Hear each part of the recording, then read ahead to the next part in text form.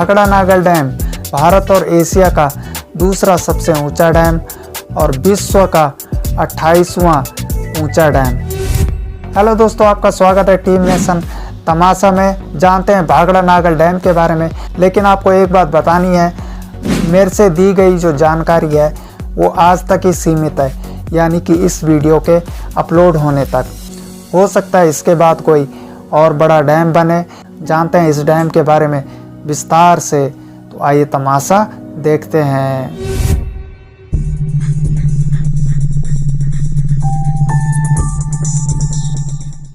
यह channel video केवल मनोरंजन और सामान्य जानकारी के लिए बनाया गया है। इसका उद्देश्य किसी को नुकसान पहुंचाना नहीं है। हर वीडियो कड़ी मेहनत लगन और सच्चे मन से बनाई गई है। सभी डेटा सामग्री का उपयोग उचित दिशा निर्देशों के अनुसार किया गया है। यदि किसी का मानना कि किसी भी कॉपीराइट सामग्री का अनाधिकृत तरीके से उपयोग किया गया है, तो कृपया हमसे teamnationtamasha@gmail.com पर संपर्क करें। धन्यवाद।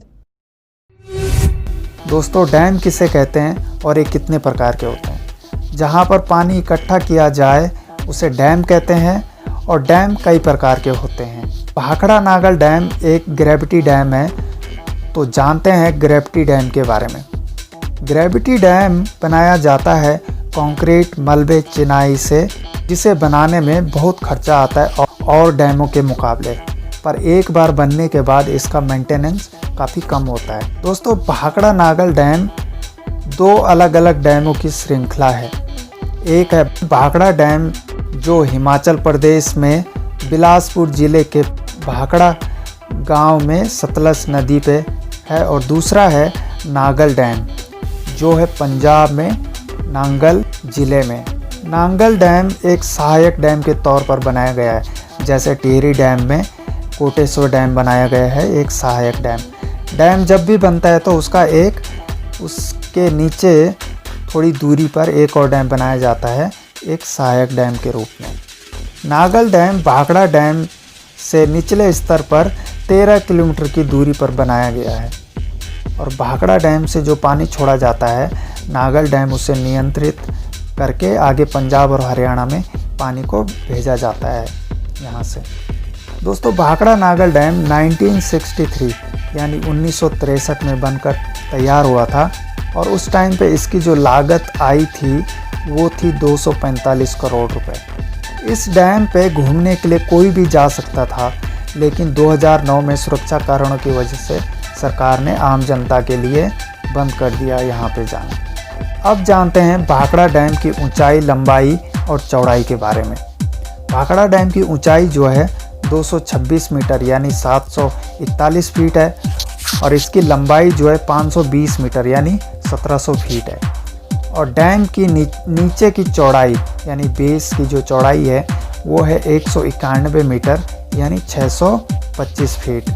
और पानी का जो एरिया है, रिजर्वेयर का जो एरिया है वो है 168 वर्ग किलोमीटर।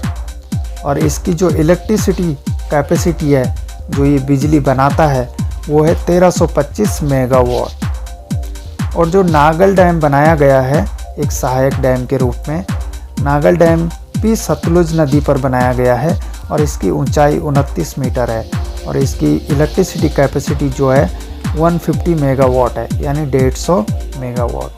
दोस्तों, अब बात कर लेते हैं भाखड़ा नागल डैम की हिस्ट्री के बारे में। ये डैम कैसे और कब बना? डैम बनाने का विचार पहली बार सर लुट्स डैने द्वारा 8 नवंबर 1908 को आया। जी हाँ, 1908 को इस डैम के बारे में सोचा गया था, बताओ।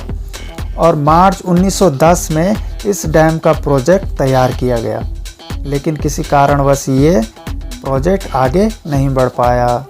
उसके बाद chief engineer Shri F.E. Weather ने 20 फरवरी 1915 को सतलज नदी पर बांध बनाने की रिपोर्ट तैयार की दोबारा से। फिर से 1919 में प्रोजेक्ट रिपोर्ट तैयार की गई, और इस रिपोर्ट के मुताबिक डैम की ऊंचाई 120 मीटर यानी 395 फुट होनी थी। इसे एक ग्रेविटी डैम और विश्व का सबसे ऊंचा डैम बनाया जाना था उस टाइम पर, लेकिन इसका निर्माण कार्य फिर से लटक गया। उसके बाद 1924 से 1932 तक इस जगह पर कई जांच और टेस्ट किए गए जहां पे डैम बनना था। फिर 1932 में डैम की ऊंचाई 152 मीटर यानी 500 फुट पर सर्वे किया गया। दोस्तों कहते हैं ना, कुछ बड़ा और अच्छे काम में अड़चनें आती ही हैं। 1933 से 1945 तक बांध की ऊंचाई, लंबाई और चौड़ाई और कई प्रकार की अड़चनें आई। किसी इंजीनियर का कुछ मत था तो किसी का कुछ मत था। फिर 1945 से 1947 के दौरान इसकी जांच अमेरिकी वैज्ञानिक डॉक्टर F.A. निकेल की निगरानी में की गई। फिर 1947 को भारत आज़ाद हुआ। फिर 1948 में जब सिंचाई और बिजली की मांग बढ़ी तो 1948 में डैम के निर्माण के बारे में सोचा गया और इसकी ऊंचाई 207 मीटर यानी 680 फुट बढ़ाने का निर्णय लिया गया। और 14 नवंबर 1948 को डैम के आगे के काम के डिजाइन का काम इंटरनेशनल कंपनी को सौंपा गया। डैम के निर्माण कार्य के लिए निर्णय लिया गया कि विदेशी एक्सपर्ट की गाइडेंस में PWD यानी पब्लिक वर्क डिपार्टमेंट डैम का कार्य करेगी और डैम की देखरेख के लिए एक एजेंसी भी बनाई गई, भाखड़ा नियंत्रण बोर्ड यानी भाखड़ा कंट्रोल बोर्ड, जिसमें सेंट्रल गवर्नमेंट, पंजाब गवर्नमेंट और राजस्थान गवर्नमेंट के प्रतिनिधि शामिल थे। अप्रैल 1952 में हार्वे स्लोकम अमेरिका से अपनी इंजीनियर टीम के साथ आए और पूर्ण रूप से सक्रिय निर्माण कार्य प्रारंभ किया। लगभग 10 वर्षों की कड़ी मेहनत के बाद ये डैम बनकर तैयार हुआ। और दोस्तों, भारत के प्रथम प्रधानमंत्री जवाहरलाल नेहरू ने इस डैम का 10 बार दौरा किया बनने के टाइम और 22 अक्टूबर 1963 को पंडित जवाहरलाल नेहरू जी के द्वारा डैम का उद्घाटन किया गया। और दोस्तों, इस डैम का मुख्य उद्देश्य है सिंचाई और पीने का पानी और बिजली यानी इलेक्ट्रिसिटी। अब बात करते हैं इस डैम के फायदे और नुकसान की।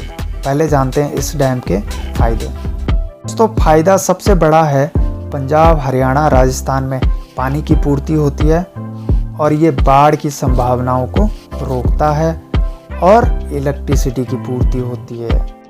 और अगर नुकसान की बात करें तो दोस्तों, आपको भी पता होगा डैम के ज़्यादा नुकसान तभी होते हैं अगर डैम टूटे, लेकिन हम भगवान से प्रार्थना करते हैं कि ऐसा कभी ना हो, इसके लाभ हमें मिलते रहें। और डैम के नुकसान है, मौसम में थोड़ा बदलाव आता है, अचानक से बारिश हो जाती है, ओले गिर जाते हैं।